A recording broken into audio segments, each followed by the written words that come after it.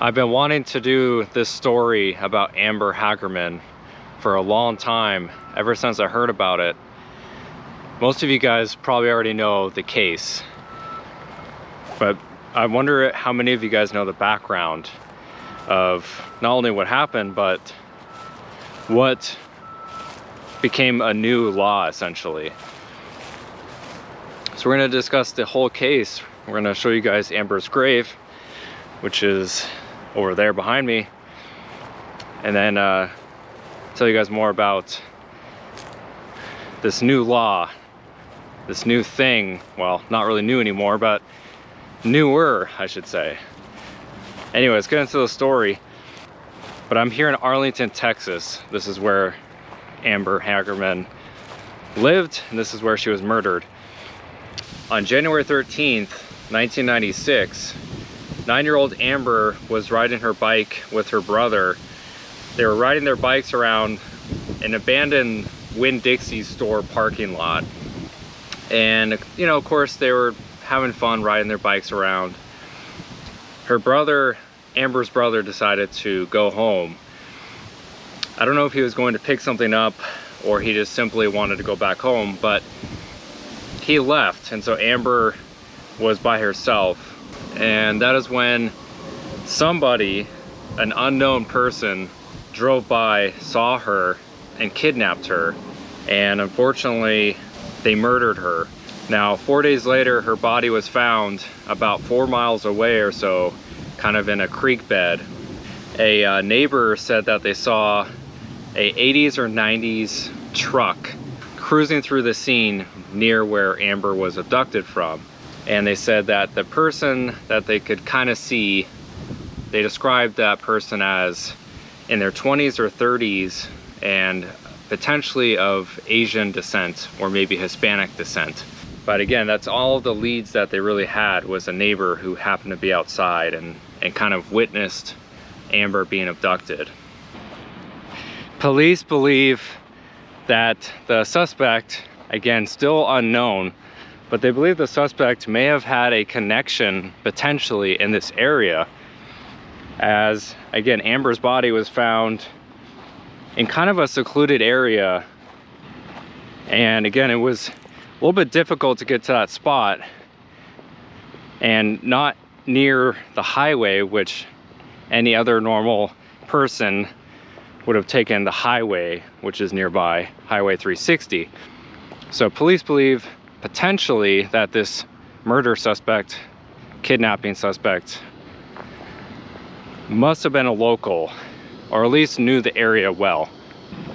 Now, a Texas mom named Diana Simone couldn't stop thinking about what happened to Amber and that the murderer escaped without a trace. She said that there was, there's other types of alerts, like there's weather alerts that alert you if there's going to be like tornadoes and stuff. There's, civil defense alerts if some sort of bad event's going to happen. So she said, how come there's not some sort of alert when a child is kidnapped or taken? She said that she called a local radio station with her idea of an emergency system that would be set up so that when a 911 call is placed, radio stations would interrupt programming to broadcast that alert. Now, 14 days later, she wrote a request to the station that if this system was put in place, that she would want it to be named Amber's Plan. And this particular plan was actually put in place, and they renamed it the Amber Alert, which stands for America's Missing Broadcast Emergency Response.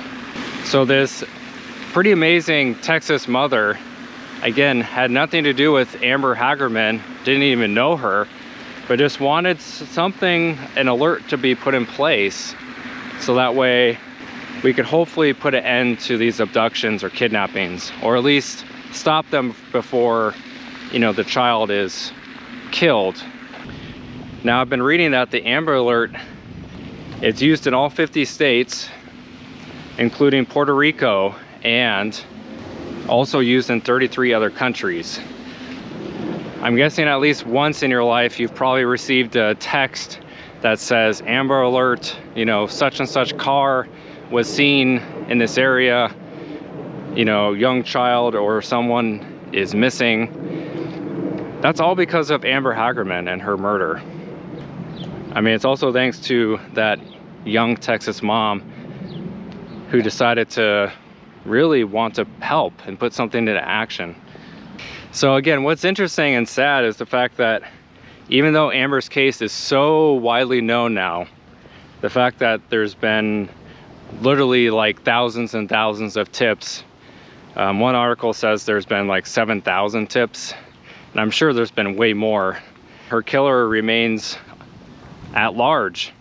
The Arlington police said that it's not really a cold case at this point, because for it to be a cold case, it would have had to have gone 180 days without any leads or tips. So I guess that's how they distinguish between a cold case and a not cold case. I think Amber kind of just became the poster child of missing kids. And especially because of the Amber Alert system named after her, I think it really kind of gave Amber, you know, a voice in a way.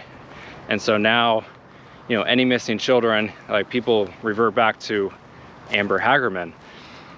And I think, you know, if Amber was kidnapped today, like in today's society, today's world, 2022, it's possible, again, I'm saying this with little certainty, but it's possible that it would have been solved already. And I'm saying that because, number one, we have so much more technology nowadays, including cameras everywhere.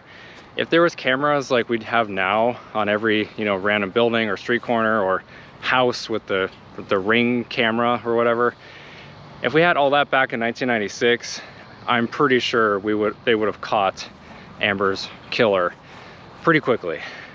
But because it was 26 years ago, we didn't have any of that stuff back then. So, you know, it's just sad. I'm really hoping that one day her killer will be found.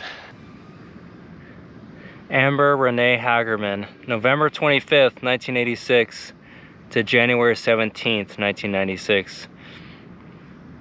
So she had just turned 9 not that long ago, before she was killed. The inscription below it says, "Now I lay me down to sleep. I pray the Lord a soul to keep." Pretty simple, but nice little grave here.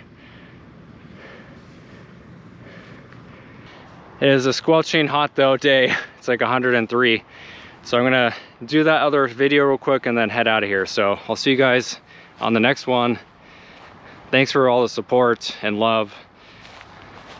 You guys mean a lot to me. Without you guys, I would not be here. So thank you all. Much love. We'll see you guys soon. Peace.